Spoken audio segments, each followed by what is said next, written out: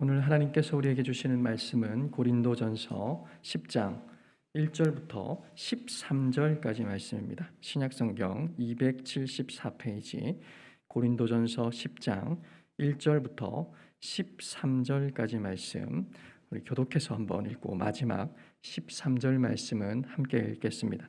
성경책을 살펴서 고린도전서 10장 1절부터 13절 말씀 교독해서 읽고 마지막 13절은 함께 읽도록 하겠습니다. 제가 10장 1절 말씀을 먼저 읽겠습니다. 형제들아, 나는 너희가 알지 못하기를 원하지 아니하노니 우리 조상들이 다 구름 아래에 있고 바다 가운데로 지나며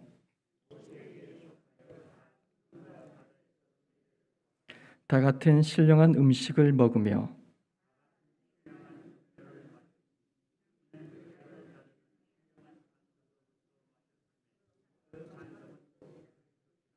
그러나 그들의 다수를 하나님이 기뻐하지 아니하셨으므로 그들이 광야에서 멸망을 받았느니라.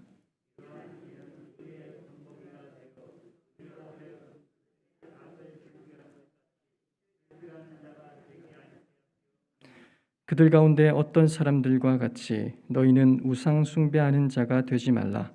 기록된 바 백성이 앉아서 먹고 마시며 일어나서 뛰논다 함과 같으니라.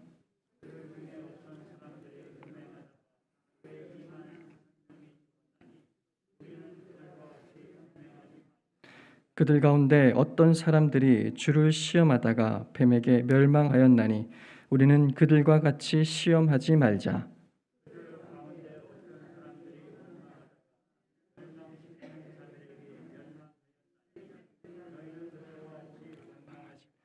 그들에게 일어난 이런 일은 본보기가 되고 또한 말세를 만난 우리를 깨우치기 위하여 기록되었느니라. 같이 읽겠습니다.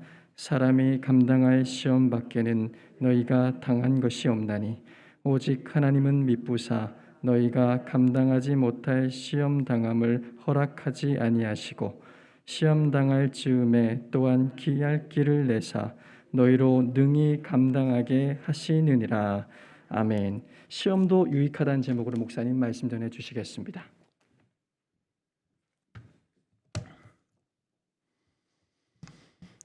신앙생활에서 시험을 당하지 않는 사람은 아무도 없습니다.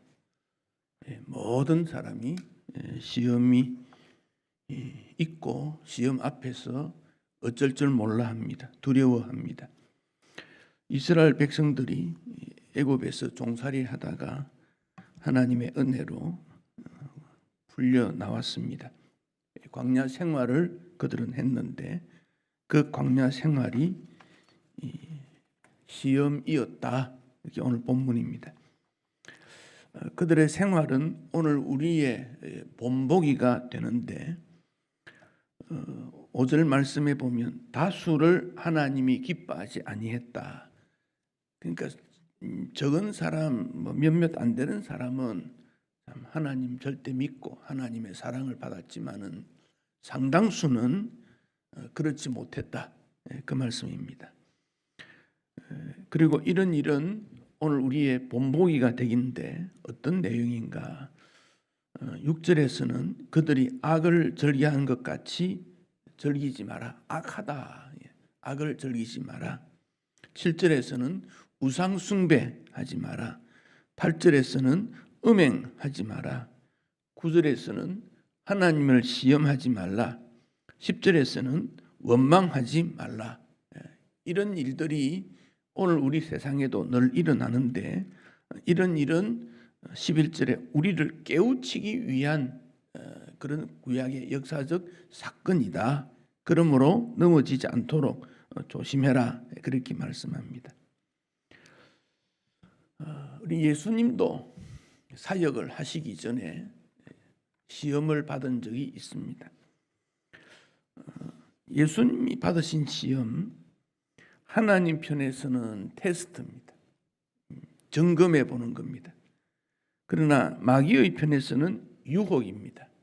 그래서 어떤 각도에서 보느냐 따라서 유혹이 될 수도 있고 시험이 될 수도 있고 또 연단이 될 수도 있고 넘어지기도 합니다.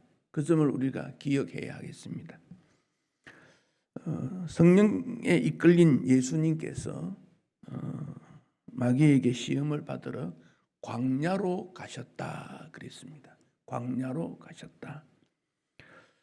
이 광야라는 것은 뭐 그냥 사막, 모래가 많은 그런 곳이 아닌가. 그 어느 지명입니다. 예루살렘과 사해 그 중간에 되는 지명을 광야라 그럽니다. 한 60km 정도. 우리 서울에서 수원 정도 더 멀겠지요. 남쪽으로 평택 정도 그 정도 되고 또 옆으로는 한 20km, 60km, 20km 되는 넓은 지역 광야입니다. 예시몬이라고 하는 그 지명인데 예시몬. 그 예시몬의 뜻은 황폐하다 그런 뜻입니다. 석회암, 부석부석 같은 그런 곳이고 자갈, 돌, 불에 타서 남은 흔적 같은 거, 또 바위가 뾰족뾰족하고 이렇게 드러난 거, 또 햇빛이 강하게 내리쬐면 그 돌들이 열을 많이 내고 그래서 나무도 많이 없고 짐승도 뜨거우니까 땅 속에 이렇게 숨어 있다가 가끔 나오는데 상당히 그 독한 그런 곤충, 짐승들이 있는 곳. 그래서 이 광야라는 곳은 고독하고 위험하고 고난의 의미가 담겨져 있습니다. 우리 현대인들이 얼마나 많습니까? 살아가는 사람이 많은데 나는 친구도 없다. 대화할 사람이 별로 없다. 고독하다는 겁니다. 현대인이 특징이 그렇습니다. 아파트가 20층이면 40세대, 1층 한 층에 2세대, 40세대면 저 시골에 가면 마을 하나입니다. 그런데 내가 아는 사람은 아무도 없을 수 있어요. 나 혼자밖에 없어요. 지나갈 때 사람들이 눈웃음은 짓지만 눈으로 인사는 하지만 대화를 한 번도 해보지 않은 이 고독한 세상, 이 광야입니다. 그리고 비가 갑자기 온다든지 햇빛이 뜨겁다든지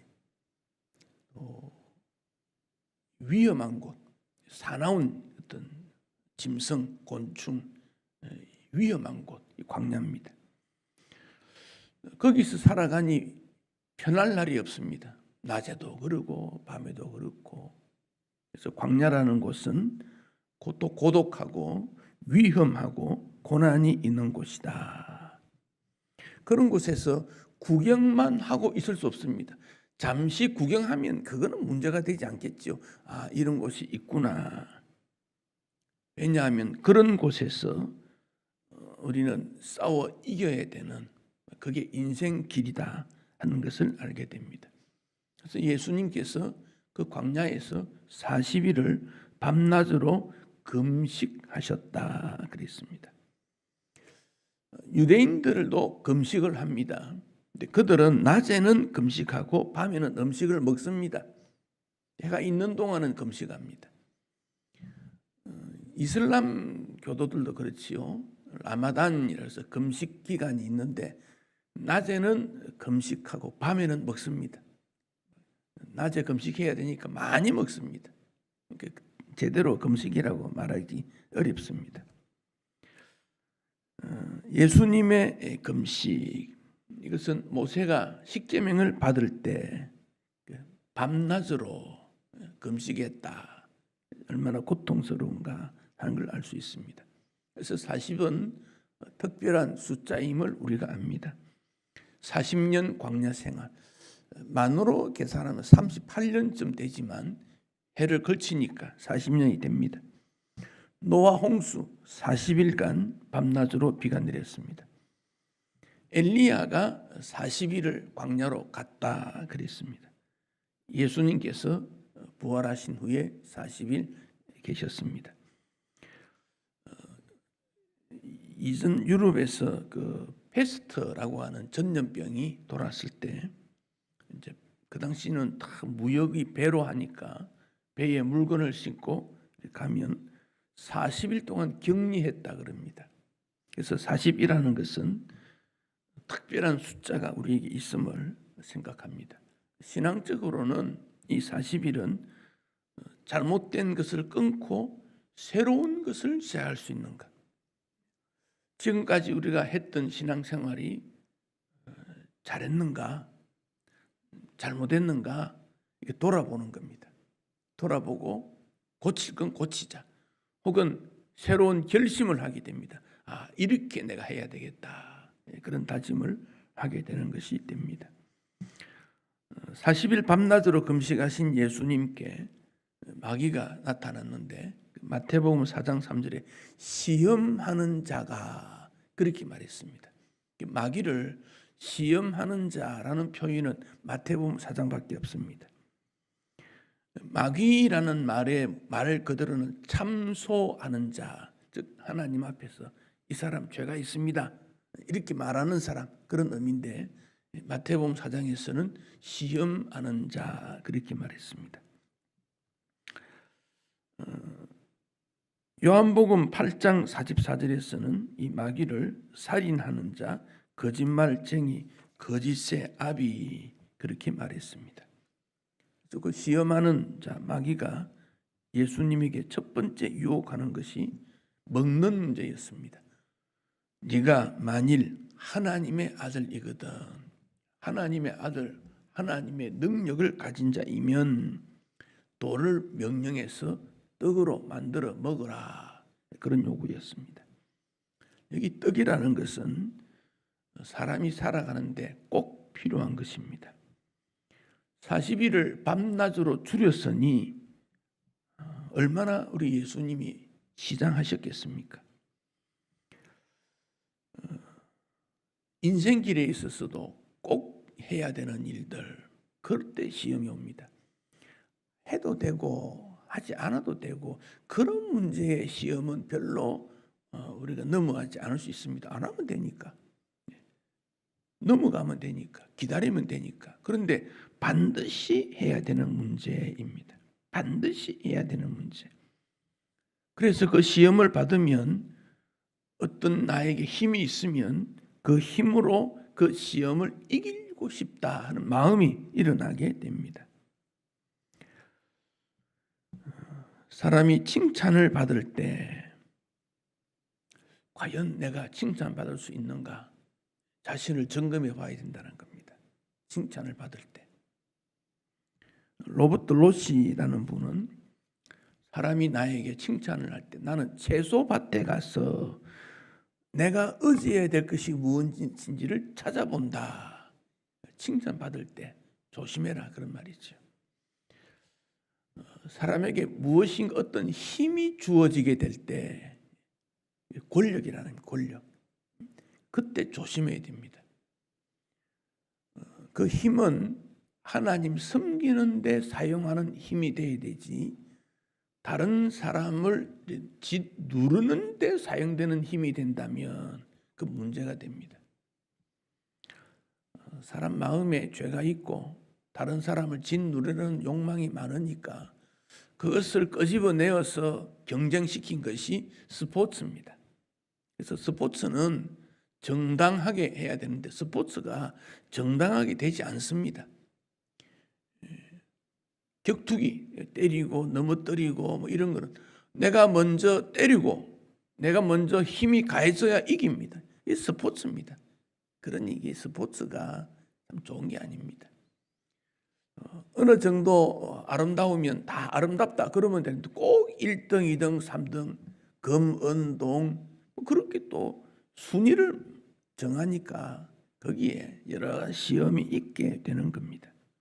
그래서 인간 살아가는 모든 일에 어떤 사람이 해야 되는 일을 벗어날 가능성이 훨씬 많다는 겁니다. 교회 안에도 우리가 직분이라는 것은 어떤 내 힘을 인정해 주는 그런 것이 아니다. 항상 생각해야 됩니다. 교회 안에 주어진 그 어떤 것이 무슨 힘으로 생각합니다. 그 힘이 아니고 섬기는 일이다. 섬기는 일이다. 내 생각보다 상대방의 생각을 더 존중히 여기는, 내 재능이 있으면 그 재능으로 섬기는 일이다. 항상 생각해야 됩니다. 돌로 떡덩이를 만들어라고 하는 그 마귀의 유혹에 대해서 예수님은 신명기 8장 3절에 있는 하나님 말씀을 인용했지요. 사람이 떡으로만 사는 것이 아니고 하나님 입으로 나오는 말씀으로 사는 거다. 여기 떡은 단순히 먹는 것만으로 볼 수 없습니다. 먹는 것을 먹지 못하면 몸이 허기를 느낀다 그러지요. 이거보다 더 심각한 것이 마음의 허기를 느끼는 겁니다. 에덴 동산에서 아담과 하와가 뱀이 말하는 그 나무의 열매, 선과 악을 구별하는 나무 열매, 그 먹으러 갈 때 아담과 하와가 배가 고팠겠습니까? 먹을 것이 훨씬 더 많이 있습니다. 그런데 무언가 모르는 마음의 허기가 있었지 않느냐는 것, 그걸 다스리지 못한 거지요. 오늘도 우리에게 시험을 주는 마귀는 마음의 허기에 빈틈을 타고 들어옵니다. 우리의 모든 필요는 하나님께서 채워주시는데 예수 그리스도 안에서 모든 것을 채워주신다고 했을 때 여기 단순히 육체적인 것, 물질적인 것, 그것만 채우는 게 아닙니다. 우리 마음을 주님이 채워주십니다. 그래서 고독을 이기게 하고 불안한 마음을 이기게 하고 주님을 닮아갈 수 있도록 해주시는 겁니다.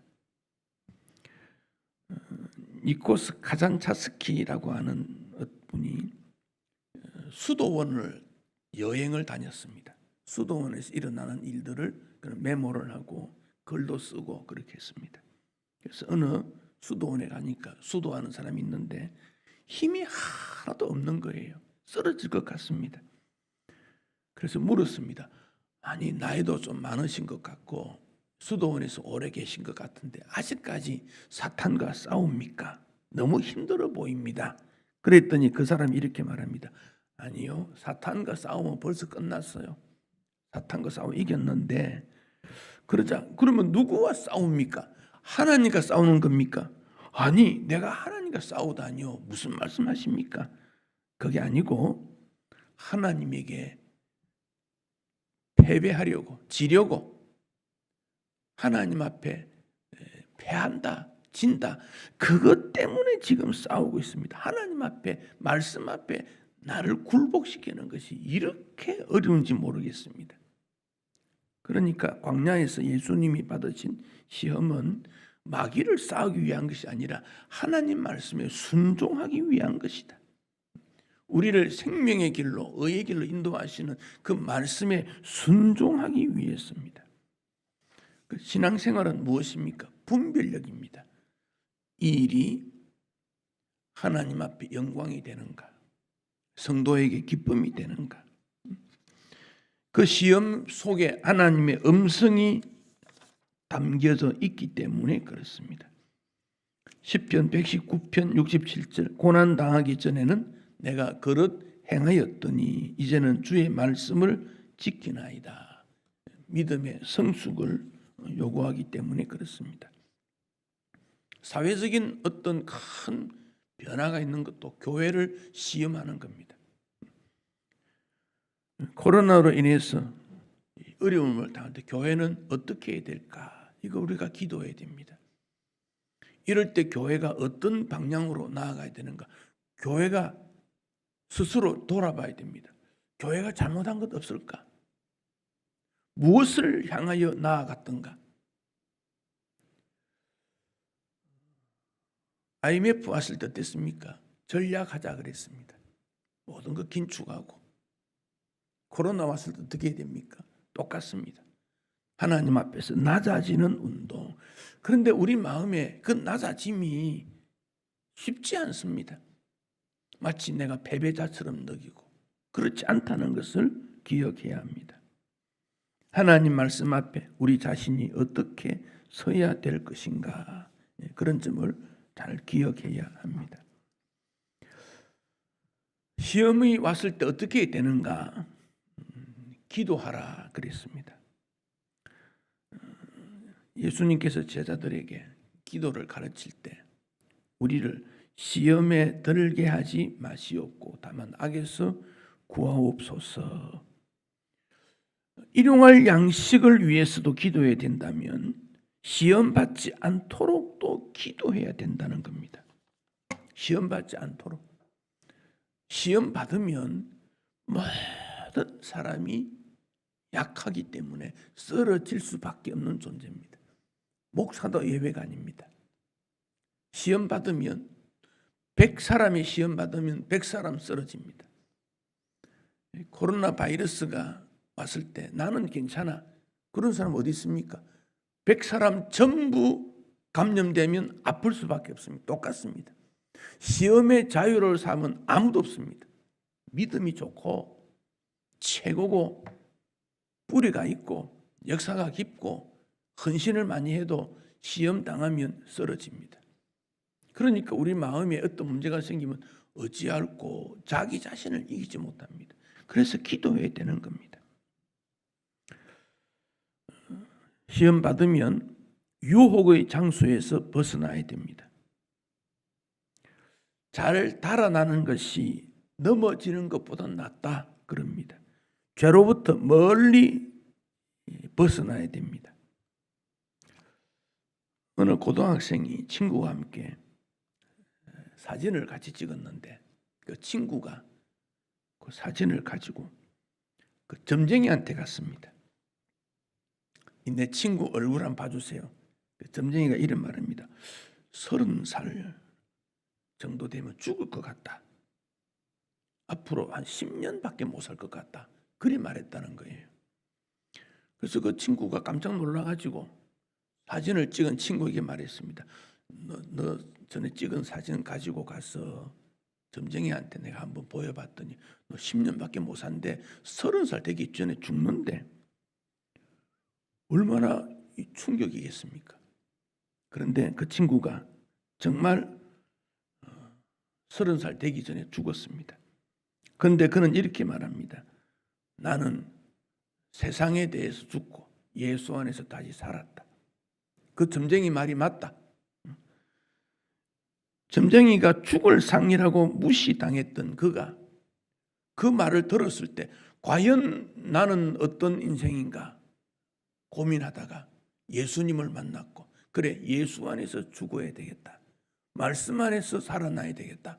그래서 육신의 나는 세상의 나는 죽고 예수 안에서 새롭게 되어서 하나님을 섬기는 인생이 됩니다. 그리고 목사가 됐다는 겁니다. 그러니까 누군가가 나에게 어떤 말을 할 때 그것을 우리가 영적으로 해석을 해서 이겨내면 됩니다. 근데 그렇게 하지 못하니까 유혹의 장소로부터 벗어나지 못하는 일들이 많이 있더라 하는 것입니다. 시험을 받을 때 하나님의 말씀을 인용해야 됩니다. 하나님 중심이어야 합니다. 말씀 중심이어야 됩니다. 불평을 하고 싶을 때 항상 기뻐하라. 그 말씀을 기억해야 됩니다. 화가 났을 때 부드러운 대답은 분노를 가라앉힌다. 말씀을 기억해야 됩니다. 상대방이 어떤 나와 대화 속에서 불쾌한 마음이 일어나면 우리 하나님이 교만한 자를 물리치시고 겸손한 자에게 은혜를 베푸신다. 그 말씀을 기억하는 겁니다. 그래서 말씀을 기억하는 이유는 시험을 받을 때 그 시험을 이길 수 있는 능력이 되기 때문에 그렇습니다. 시험을 받을 때에도 기도해야 됩니다. 히브리서 4장 15절 16절에는 대제사장이신 예수님이 우리의 연약함을 다 아신다. 우리가 시험 받는 것도 아신다. 그래서 우리로 하여금 긍휼하심을 받고 때를 따라 돕는 은혜를 얻기 위해 은혜의 보좌 앞에 담대히 나아가야 된다. 시험 받을 때가 있습니다. 내가 잘못할 때 있습니다. 넘어질 때 있습니다. 그럴 때도 주님 앞에 나아가야 된다는 것입니다. 주님 앞에 나아가야 된다. 스펄전 목사님이 영국에서 최고의 설교자이기도 합니다. 어느 날 농촌에 있는 마을에 갔더니 풍량계가 있습니다. 풍량계. 바람을 부는 방향을 보여주는 거지요. 근데 거기에 하나님은 사랑이시다 성경 구절을 써놨습니다. 그래서 물었습니다. 집주인에게 물었습니다. 하나님의 사랑이 풍량계가 바뀌듯이 바뀐다는 뜻입니까? 그랬더니 농부가 대답합니다.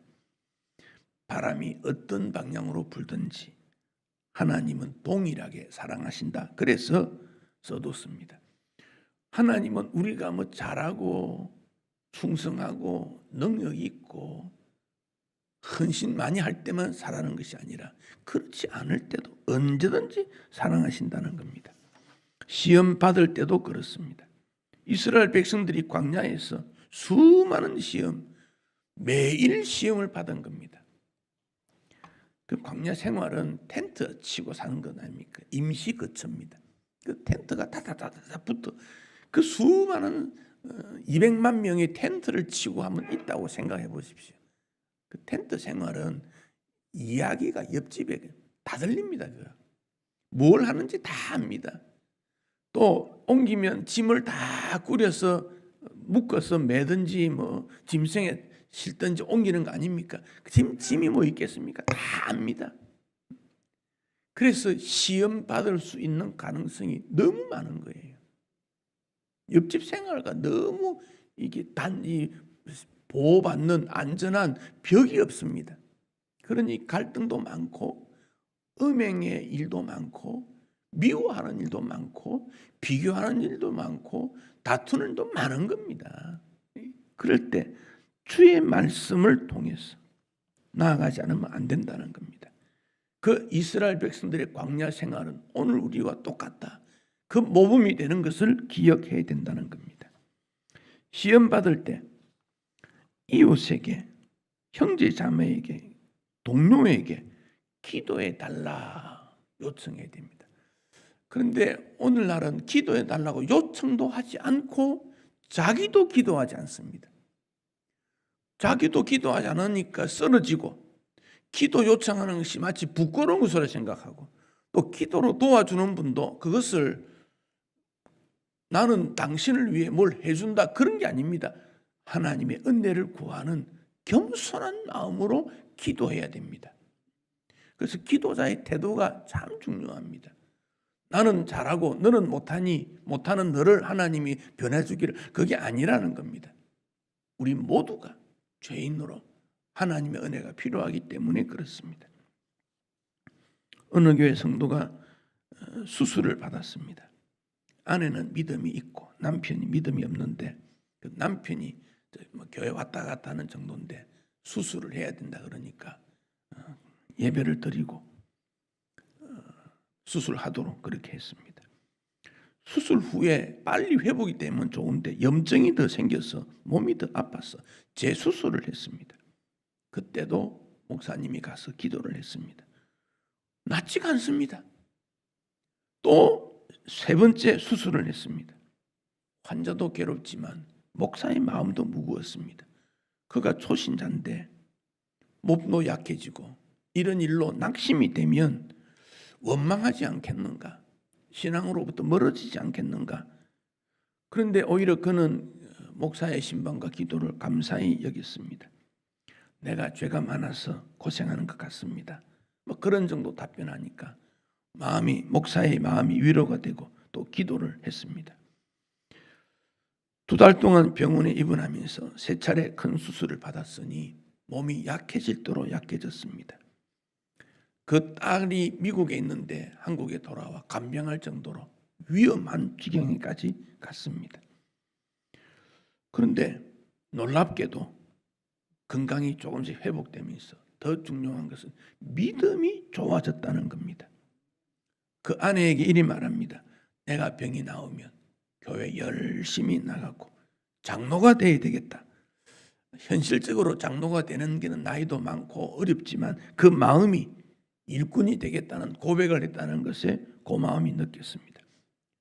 2달이 지나면서 건강이 회복되며 그 부부는 기도도 많이 했고 그 아내는 말하기를 나의 남편이 고통을 받는 것이 축복이었다 그랬습니다.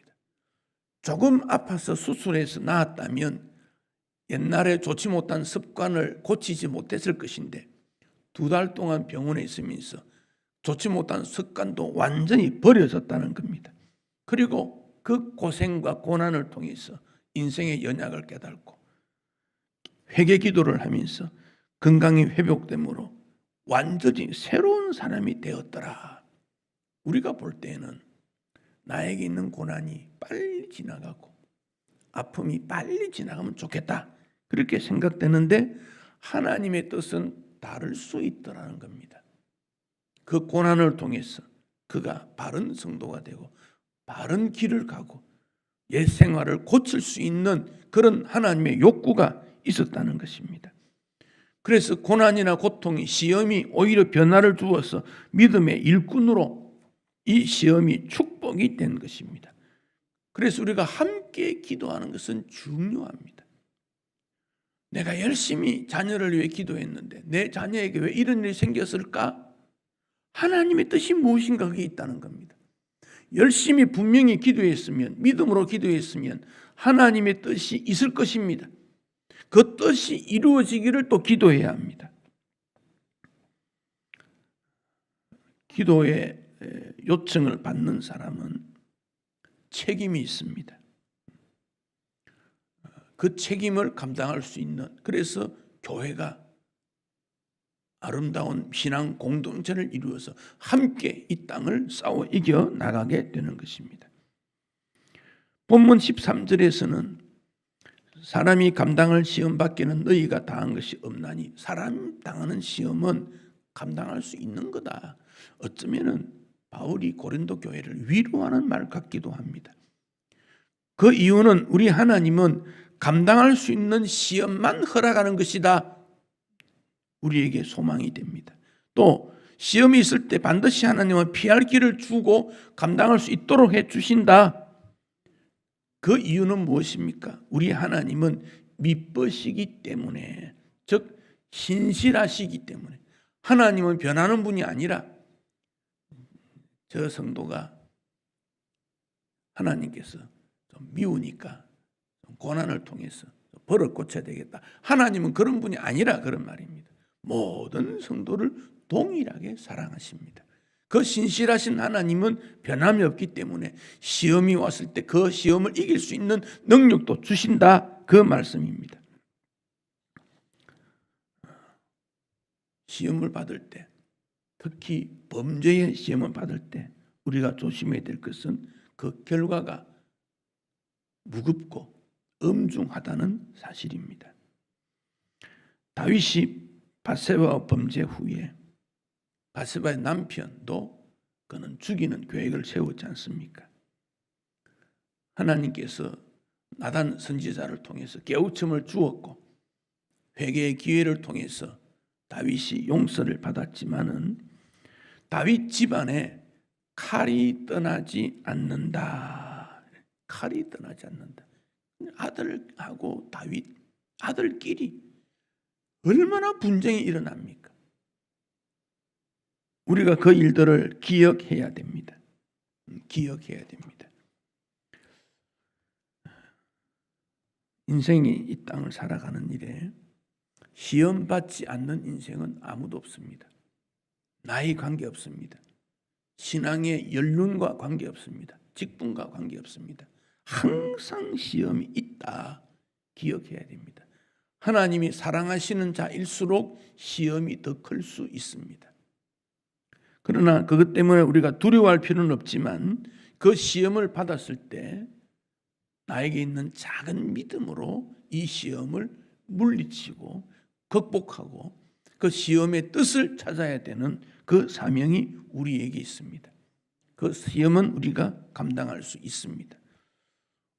오늘 한국 교회에 또 우리 성도에게 코로나라고 하는 시험이 주어져 있는데 그 결과가 어떻게 될지 예측할 수 없습니다. 분명한 것은 이럴 때 우리가 어떤 모습으로 하나님 앞에 서야 될 것인가, 그 점을 찾아야 됩니다. 어제 신학대학원 졸업식이 있었는데 졸업생 가족은 2사람만 오도록 그리 되어 있습니다. 그 강단이 꽤 넓지만 다 들어갈 수 없습니다. 어떤 가정은 2사람만 어떻게 갑니까? 부모도 있고 형제도 있고 뭐 많이 있는데 또 교회 성도도 있고 그 좀 많이 오는 경우는 저 멀리 그 교실에 분산시켰어. 멀어지게. 어쨌든 졸업식을 하게 된다는 것이 감사하다고 할 만큼 지금 그런 시대입니다. 졸업식만 그렇습니까? 지금 2월에 졸업 곧 입학. 요즘 학생들은 졸업식도 없고 입학식도 없는 학생들이 됩니다. 그러니까 이 조직 세계도 모르고 전통도 모르고 친구도 모르는 그런 시대가 되고 단독 자기만 아는 시대가 되고 말았습니다. 믿음 생활에 있어서 직분의 귀중함을 사람들이 잘 모릅니다. 직분은 하나님께서 그 일을 통해 하나님 앞에 영광이 되라고 하는 직분입니다. 그 직분의 귀중성을 기억해야 됩니다. 그런데 오늘의 교회 안에 직분자들이 직분을 너무 가볍게 여깁니다. 이스라엘 백성들이 광야 생활 그 일을 통해서 애굽에 있는 모든 습관을 버리고 하나님 사랑을 배워서 가나안 땅에 들어가서 하나님이 거룩한 제사장 나라로 사용하시려고 광야 생활을 지나고 있습니다. 근데 그들은 그 뜻을 몰랐다는 겁니다. 왜 하나님이 나에게 직분을 주었을까? 이 땅에서 하나님의 나라와 복음을 위해서 충성하라고 주신 거예요. 자기를 위한 게 아닙니다. 하나님을 위해서. 그렇다면 어떤 방법으로, 어떤 형식으로, 어떤 내용으로 어떻게 주님을 섬길 것인가? 하나님 앞에 깊이 생각하면서 서야 됩니다. 본보기가 필요하다는 겁니다. 먼저 되신 분이 본보기가 되고 나중된 사람이 따라오고 그래서 아름다운 하나님의 나라 공동체를 이루게 되는 겁니다. 항상 우리는 시험을 받는다고 생각해야 됩니다. 이 시험은 하나님의 복 주시는 사명의 길에서 반드시 거쳐야 되고 그 길을 갈 때에도 시험이 주어지게 되는데 믿음으로 이겨야 됩니다. 오늘도 주어진 모든 시험을 믿음으로 이기고 하나님 기뻐하시는 일꾼들 되시기를 축복합니다.